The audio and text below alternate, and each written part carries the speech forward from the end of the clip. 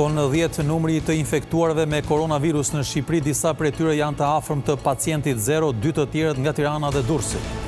Bashkitë nisin dezinfektimin e ambienteve publike, ndërkohë mijëra shqiptarë shpërfillin rrezikun nga koronavirusi duke mos braktisur kafenet. Bllokohen totalisht fluturimet me Italinë, anullohen edhe udhëtimet me tragete, kontrollet të rrepta në kufirin toksor me 3 fqinjet e tjerë. Komisioni Qendror i Zgjedhjeve rrëzon kërkesën për referendum. Shoqëria civile synoi ndryshimin e sistemit elektoral dhe zgjedhjen e deputetëve.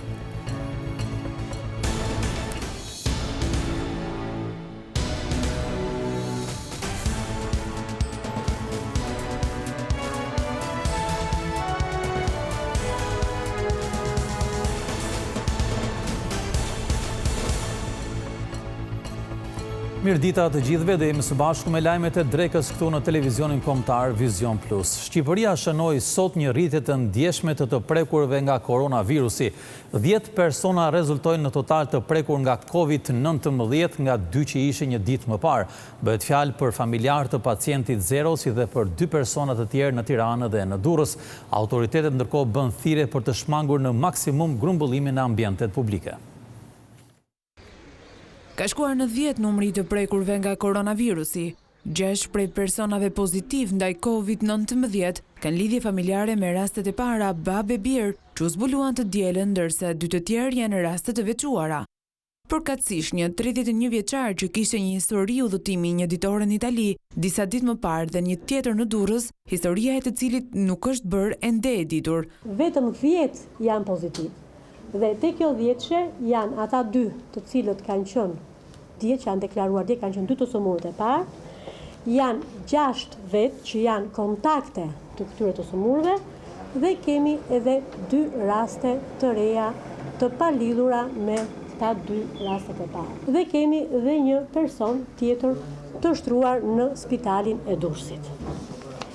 Deri më sot, Instituti i Shëndetit Publik ka testuar 114 raste të dyshuara me koronavirus. Ministre, 114 të testuar në Institutin e Shëndetit Publik, unë thjesht desha t'ju siguroja për nivelin e kapaciteteve që ne kemi për të vijuar me këtë punë. Vazhdojmë të qëndrojmë kapacitetit 200 çdo ditë deri në 500, kemi siguruar kitet të tjera, kemi krijuar një algoritëm në të cilin punojnë si të laboratorit dhe ndihma teknike shërben 24 orë. Mjekët apelojnë për një vetë ndërgjegjësim të qytetarëve, ndërsa ripërsërisin thirrjen për të shmangur daljet e panevojshme në ambientet publike.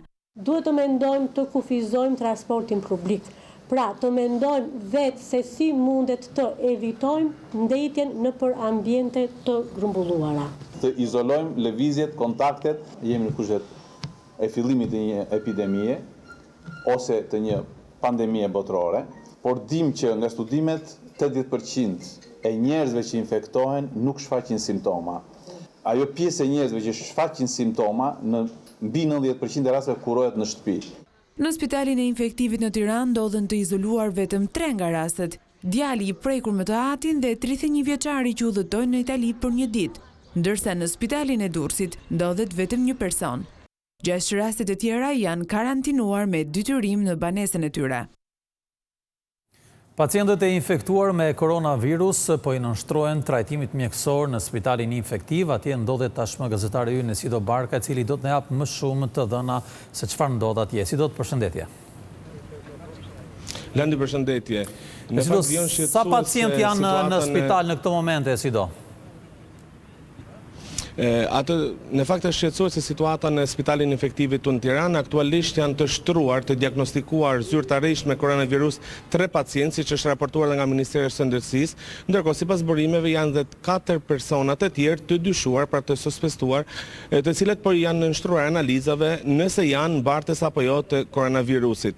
Aktualisht në qendrën e infektivit në QSUT thuhet, raportohet se janë 7 persona, ku 3 janë të prekur nga koronavirusi, pra sipas analizave të Institutit të Shëndetit Publik, ndërsa për 4 persona të tjerë presim përgjigjet nëse janë mbartës apo jo.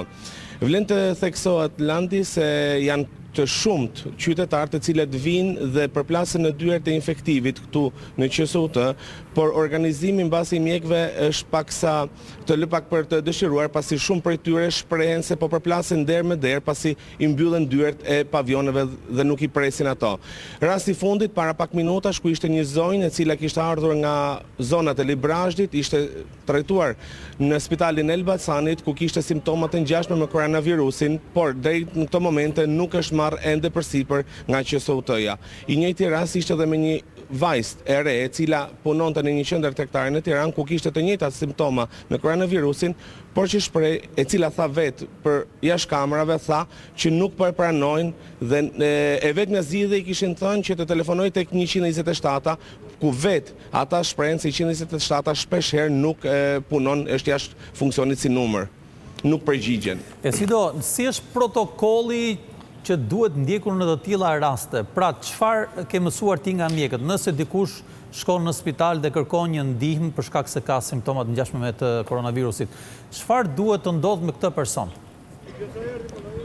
Aktualisht landi mjekët janë tepër hermetik, janë të pakta ato që shikohen të dalin dhe të futen, është parë shpeshherë ambulanca e cila vjen dhe merr analizat dhe i dërgon në ISHP, janë vetëm pjesë personelit mjekësor të cilët janë përgjigjur para gazetarëve dhe e vetmja përgjigje e tyre është që të gjithë të dyshuarit duhen të telefonojnë në numrin 127. Pra është procedura e parë protokollit të cilat ata duhet të telefonojnë tek 127 për të shprehur shqetësimet e tyre dhe më pas do të ndjeken nga infektivi.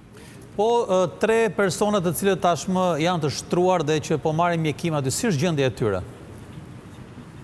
Gjendja e tyre raportohet të jetë stabil, po ndiqet me një mjekim të duar nga ana mjekëve, nuk kanë komplikacione, është stabil gjendja e tyre. Problemet e tyre janë në rrugët respirative. Edhe një pyetje të fundit, Esido, a ke informacion se si janë karantinuar personat e tjerë të cilët janë me koronavirus, por nuk janë në spital? Pra, që ta kuptojmë, këta njerëz kanë roje tek dera, kanë shenja të tjera dalluese, apo thjesht janë persona të cilët u është thënë që të qëndrojnë në shtëpi dhe të mos e bëjnë të ditur për njerëzit e tjerë? Flasim për personat të cilët janë vetë karantinuar, ato janë 6 total, dhe janë në karantinë. Janë njerëz të cilët janë pozitiv dhe janë në karantinë. Shqetësuese është landi në fakt kontakti ato që kanë me familjarët e tyre dhe me personat e tjerë. Ne siç e raportuam dhe më herët, ishte një zonjë nga Bulqiza e cila dyshonte se djalin e kishte të infektuar me koronavirus, e cila priste në fakt ore 1 daljen e përgjigjave, kur ende nuk e dim nëse është pozitiv apo jo me koronavirus, i cili tashmë po trajtohet në qendrën e infektivit pas meje. Është një sospestuar, një nga të 4 persona cili dyshohet se është mbarti koronavirusit. Shqetësimi është se djali ka ardhur nga Italia me rrugë toksore nga data 22 shkurt, i cili mund të ketë infektuar dhe personat e tjerë, aq më tepër do të ëmbël në zonën në cila lëvizte lirisht në ambientet e jashtme të spitalit. Ndërkohë, për personat e tjerë të cilët janë të shtruar, janë 16 bokse nga 12 shtretër plus 2 zona të izoluara të karantinës në spitalin e infektivit. Aktualisht ato janë të shtruar në katin e parë, ku dyshohet se janë 7 persona, pra 3 të deklaruar të prekur nga koronavirusi dhe 4 sipas burimeve të cilët janë të dyshuar të prekur nga ky virus. Mirë, Esido, faleminderit për raportim që bëre drejt për drejt nga spitali infektiv. Tani le të ndjekim dhe historinë e këtij të 40 vjeçari nga Bulqiza për të cilin dyshohet se është i sëmurë me koronavirus. Ta ndjekim. Një 40 vjeçar me origjinë nga Bulqiza, i kthyer më datë 22 shkurt nga Italia, ka shfaqur simptomat e ngjashme me ato të koronavirusit. Nëna e tij u shpreh jashtë ambienteve të urgjencës tek spitali infektiv, se fillimisht të birin e ka dërguar në spitalin e Bulqizës e më pas në QSUT për t'i bërë analizën e koronavirusit, por ende nuk ka një përgjigje. Qova në spital Bulqizë, vizitova, më thanë qoke në sanatarium. Pi sanatarium i bën analizat ma prun këtu. Një javë më thanë drejtën e pas smun me frimarjen e në kohë. Kohë po nuk e temperatura i rreth 37 e gjysë ma shumë. Ma në fund, i shkota ka një 39 e gjysë, 38 e gjysë kaqë. I bën analizat në këtu, tha mas 5 orë dhe tapin përgjigjen. As një lloj përgjigje. Mram djali pa bukë, pa vesh, pa kurgjo. Sot në zesti e kanë bën analizat dhe pra pas një lloj përgjigje nuk po m'japin. Frika nga përhapja e koronavirusit ka bërë që gjatë orëve të fundit, shumë qytetarë t'i drejtojnë spitalit infektiv pasi kanë pasur temperaturë dhe koll. Të gjitha rastet janë kaluar shërbimit të urgjencës kombëtare për të vjuar më pas me analizat në laboratorin e virologjisë në Institutin e Shëndetit Publik. Bashkitë kanë nisur dezinfektimin e ambienteve publike si mas parandaluese për koronavirusin, ndërkohë shumë qytetarë në Puk janë përfshirë nga paniku pasi njëri nga të infektuarit kishte marrë pjesë pak ditë më parë në një ceremoni mortore në këtë zonë. Pas konstatimit të 28 vjeçarit me origjinë nga Puka dhe babait të tij me koronavirus në qytetin verior është rritur paniku tek qytetarët. Punonjësit e bashkisë kanë bërë dezinfektimin e të gjitha rrugëve dhe shesheve. Por ankthi për banorët e këtij qyteti është shtuar akoma më shumë pasi dyshohet se babai i 28 vjeçarit gjatë këtyre ditëve ka marrë pjesë në një ceremoni martore. Për këtë arsye shumë qytetarë kanë zgjedhur të izolohen në shtëpi. Ndërkohë edhe në qytetin e Fierit dhe Elbasanit janë dezinfektuar gjatë paradites të gjitha shkollat dhe kopshtet. Ndërsa në Vlorë dhe Kukës u dezinfektuan të gjitha mjediset publike. Shqiptarët duket se nuk e kanë marrë shumë seriozisht situatën e krijuar nga koronavirusi. Kafenet sot ishin plotë, po ashtu edhe tregjet. Problem mbetet edhe përdorimi masiv i transportit urban në Tiranë. Teksa qeveria bën thirrje për zbatimin e masave për të parandaluar përhapjen e koronavirusit, reagimi i qytetar mbetet i vakët. Pjesa më e madhe e qytetarëve mbeten indiferent duke qëndruar në ambiente masive siç janë kafenet. Por ka edhe nga ata që lëvizjet në publik kanë vendosur t'i bëjnë me maska mbrojtëse. Situata mbetet problematike në transportin urban, mjeti që nuk mund të shmanget nga qytetarët. Rika vjen që na ku filmi, janë gjirogaset jamu, ku kanë kontrolin dogan, s'ka, ku lesë shton propaganda e këtyre. I që jë, as grekus, i që as emrës të shkruan greku. Autobus duhet jenë pak më të lirë. Kam hanë se ja qoj dhe atyre të familjes, pëstaj lajmë duart, lajmë duart mirë, do kujtesim një maksimum. Po me autobusa do utojmë, se s'kemi që bëjmë, do dalim, do lëviz. Ndërkohë vetë farmacit kanë marrë masa duke mos lejuar më shumë se 3 personat jenë të pranishëm në ambientet e brendshme. Ke fyrik nga koronavirusi? Jo, deri tash s'kam pas, se çdo bëhet se Ke marrë në një mas mbrojtëse? Jo. Unë jo, s'kam. Se të rëmë të shi. Erdi, që të bëjmë. Prik, jo, se në fundit, si mas mendimin tim, na ka zotin dorë. Drejt, a ke marrë në një mas mbrojtëse? Patjetër të gjitha masat mbrojtëse që rekomandohen. Farmacistët thonë se nga dita e hënë kur u konfirmuar rastet e para me koronavirus, ka një interes të shtuar, kryesisht të moshës së tretë, jo vetëm për të këshilluar, por mbi të gjitha për të blerë dezinfektant, doreza dhe maska mbrojtëse. Shqipëria anulon të gjitha fluturimet drejt aeroporteve të vendit fqinj Italisë. Vendimi drastik vjen menjëherë pas situatës së krijuar nga koronavirusi dhe përfshin edhe ndalimin e udhëtimeve me tragete në të gjitha portët. Qeveria mori vendimin drastik për të mbyllur çdo rrugë me Italinë. Avioni fundi drejt vendit fqinj ishte ai në mesditë drejt Romës. Ministri i Infrastrukturës Belinda Balluku njoftoi se këtë të marrë do të jenë edhe linjat e fundit të trageteve drejt Barit dhe Brindizit.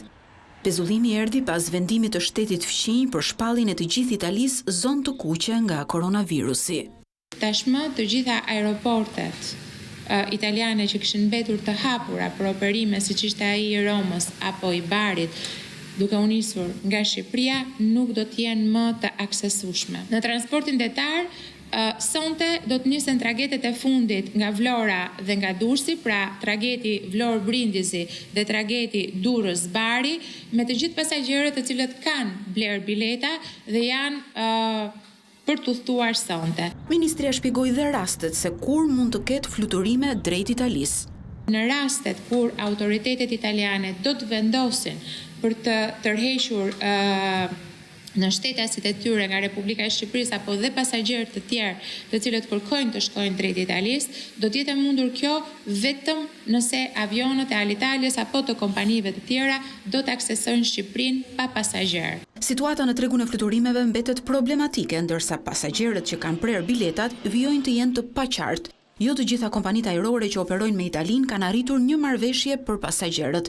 ndaj ministria ka një thirrje për to. Bëjmë thirrje të gjitha kompanive shqiptare dhe të huaja, të cilat kryenin udhëtime drejt Italisë dhe për nga Italia, që të akomodojnë të gjithë pasagjerët që kanë bileta të blera tashmë në data të ardhshme.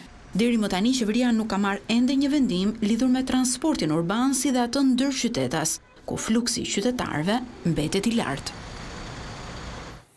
629 pasagjerë mbërritën në portin e Durrësit nga Italia sot në mëngjes, ata ju nënshtruan kontrolleve të rrepta dhe matjes së temperaturës. Të njëjtat masa aplikohen edhe në pikat e tjera të kalimit kufitar. Teksa në të gjithë Italinë është shpallur zona e kuqe, në Shqipëri vijojnë të mbërin udhëtar. Mëngjesin e kësaj të martes zbritën në portin e Durrësit 629 pasagjerë të nisur nga bari. Ata ju nënshtruan kontrolleve të imtësishme me termometra lazer ndërsa plotësuan dhe formularët përkatës. Super kontrolle, sakta. Çdo gjë e përkatës. Konkretisht, çfarë u marrë? Ju marrë temperaturë? Gjithë temperaturë, procedurat e nevojshme që u dushin, po bon. Pa. Si duket situata në Itali? Nga cili vend i Italisë? Në Ragusa. A ka panikare në qytet? Ja. Ragusa ja. Marrën temperaturën. Kalom thonë. Letra e marrën letrën vetë, nuk nëse letra. Çfarë ishte? Emën mbi emën, ku banon, edhe numër telefoni. Origjinë udhëtimi. Po. Masat në këtë port janë shtuar akoma më shumë pas identifikimit të 6 rasteve të para me koronavirus. Kontrollet e shumta po kryen edhe në pikën kufitare të Kapshticës. Të gjithë udhëtarët që kalojnë në këtë dogani nënshtrohen matjes së temperaturës me termometra lazer. Ndërkohë njëjta procedurë po ndiqet edhe në pikën kufitare të Qafthanës dhe atë të Morinës. Ministria e Arsimit ka nxjerrë udhëzimin që sqaron se si do të zhvillohet mësimi në kushtet e shtëpisë. Pas përhapjes së Covid-19, edhe në Shqipëri u vendosën mbyllja e shkollave për 2 javë. Sipas udhëzimit, mësuesit duhet të mbajnë komunikim të vazhdueshëm me nxënësit dhe prindërit për çdo pyetje që u adresohet atyre. Mësimi do të zhvillohet me anë të komunikimit të videove dhe përmes platformave sociale ku nxënësve do t'u jepen detyra dhe ushtrime për secilën lëndë. Ndërkohë, Ministria e Arsimit kërkon edhe ndihmën e prindërve në zhvillimin e mësimit në të tilla kushte, ndërsa për maturantët janë publikuar në faqen online të maturës shtetërore edhe botimet që do të lehtësojnë përgatitjen e tyre për provimet.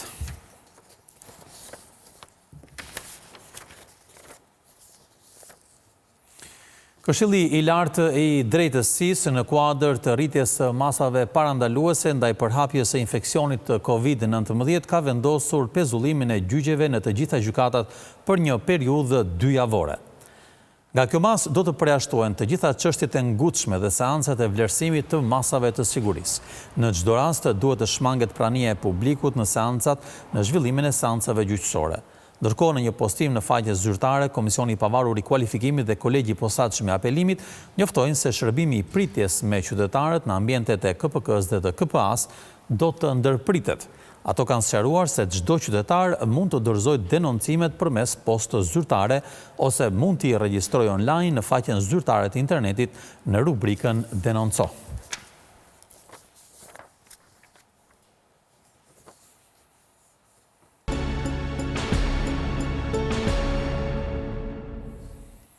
Komisioni Qendror i Zgjedhjeve rrëzoi sot kërkesën e 12 përfaqësuesve të shoqërisë civile për referendumin. Dokumenti synonte ndryshimin e sistemit elektoral, por u refuzua me 3 vota kundër. Kërkesa për ndryshimin e sistemit zgjedhor përmes referendumit ndërmarrë nga 12 përfaqësues të shoqërisë civile rrëzohet nga Komisioni Qendror i Zgjedhjeve. Nga 5 anëtarët 3 votuan kundër, ndërsa votën pro e dhan kryetari Klemen Zguri dhe përfaqësuesja e Partisë Socialiste Rezarta Bitri. Rrëzohet kërkesa. Nën kryetari Dinar Biba, edhe pse votoi jo, refuzoi ta quante rezultati si qëndrim kundër referendumit për aq kohë sa në KQZ mungon kuorumi. Vendimi i Komisionit Qendror të Zgjedhjeve quhet i marrë vetëm kur merret nga më së paku 4 anëtarë të tij. Duke qenë se Komisioni Qendror i Zgjedhjeve ligjërisht ka 7 anëtarë, pa çka se për neglizhencë apo indiferencë të legislatorit ne këtu jemi vetëm 5 prej shumë kohësh. Praktikisht nuk ka vendimar. Votën e tij pro Klemen Zguri argumentoi me faktin se kërkesa i përmbush të 3 kushtet ligjore dhe sa amendimet e kodit janë të domosdoshme. Ish kryetari i KQZ-s Kristaj Shkumi, që i përket grupit të nismëtarëve, tha se vendimi ishte i parashikuar ende pa nisur procesi. Kërkesa për referendum për ndryshimin e sistemit zgjedhor u depozitua në KQZ në fillim të këtij viti. Në shqyrtimin e parë, 12 nismëtarëve ju kërkuaj që pyetja me të cilën do t'i drejtojnë qytetarëve të mos linte mundësi interpretimi ligjor.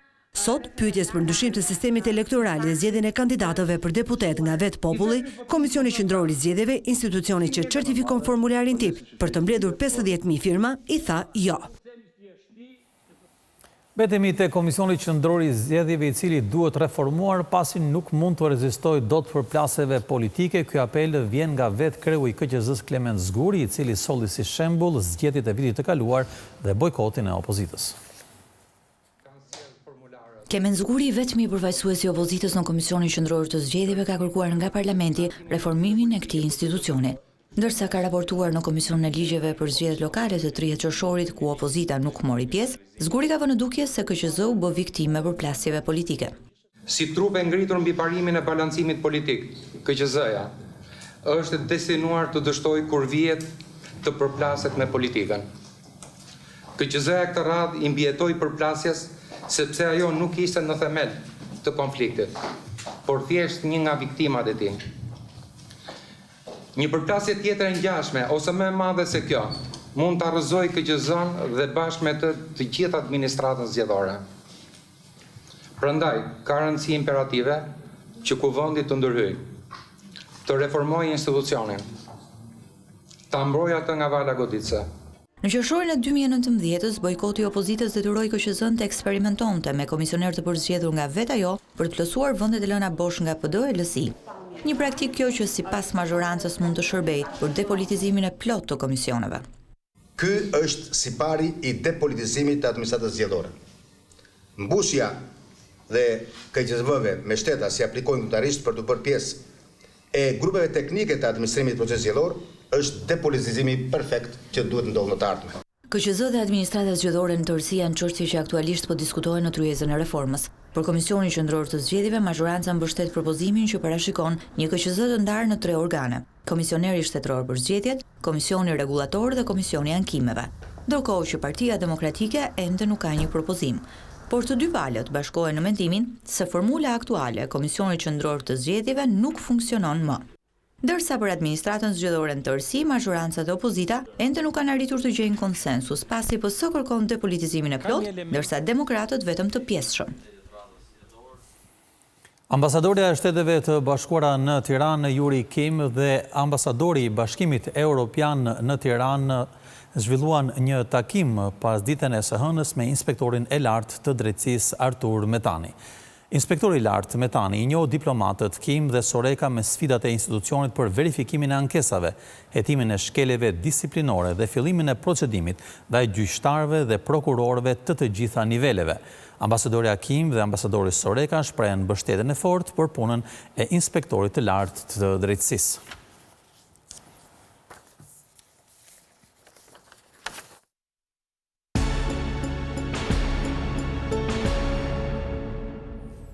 Gjermania dhe Franca kanë nisur aksionin e tyre diplomatik për të rikthyer në tryezën e dialogut Prishtinën dhe Beogradin. Të dërguarit e kancelares Merkel dhe presidentit Macron janë takuar në Prishtinë me kreun e shtetit Hashim Thaçi. Aksi politik Berlin-Paris është reaktivizuar kohët e fundit, pasi kancelarja gjermane Angela Merkel dhe presidenti francez Emmanuel Macron kanë dërguar në Prishtinë këshilltarët e tyre, me qëllim rindezjen e motorit të dialogut me Serbinë. Delegacioni franko-gjerman i përbërë nga Jan Hecker, këshilltari kancelares gjermane, dhe Emmanuel Bonnem, këshilltari presidentit francez, u takuan me kryeministrin kosovar Albin Kurti e më pas me presidentin Hashim Thaçi. Ky fundi zbuloi momentet të bisedës me dy përfaqësuesit, duke theksuar se i bëri të qartë se pa liberalizimin e vizave nuk ka dialog me Serbinë. Bashkimi Evropian sot është plotësisht i papërgatitur për fazën e dytë, ndërsa për të parën gjithashtu ka menduar në mënyrë elegante ta tejkalojë çështjen e liberalizimit të vizave për të hyrë në një proces krejt të pasigurt, të panjohur dhe të pafuqishëm për të arritur ndonjë marrëveshje e lërë më për të implementuar. Për mua, dialogu i menduar në Bruksel për të vazhduar është i tejkaluar. Fillimisht vizat, pastaj hapëm çështje tjera. Thaçi deklaroi se qasja e Washingtonit zyrtar është krejt ndryshe dhe roli i Shteteve të Bashkuara është i pazëvendësueshëm. Raporti me Shtetet e Bashkuara të Amerikës duhet të kultivohet dhe është i përjetshëm, është një raport special. Unë mendoj dhe kam besim të plot se relacioni me SBA-t nuk do të mbetet pre e hujeve dhe tekeve apo aspiratave të një politike të ngurtë dhe elektorale ditore, por do të kemi një fokus të vendimarrjeve të shpejta, të qarta, të kultivimit dhe forcimit të partenaritetit strategjik me Shtetet e Bashkuara të Amerikës. Këto deklarata vijnë pasi presidenti Thaçi u takua javën e shkuar në Washington me homologun e tij Aleksandar Vučić. Dhe në fund të këtij edicioni Lajmesh kujtojmë edhe një herë këshillat për qytetarët për koronavirusin. Evitoni takimet e afërta dhe shtrëngimet e duarve. Lani duart sa më shpesh me ujë dhe sapun për të paktën 20 sekonda. Mos prekni me duar fytyrën, hundën, gojen dhe veshët. Kur të shtini ose kolliteni, përdorni një pecet ose në mungesë të pecetës mbuloni fytyrën me bryl. Ruani më të moshuarit në familjet tuaja nga kontaktet me jashtë. Këtu kemi përfunduar me lajmet e drekës. Faleminderit dhe miru takofshëm.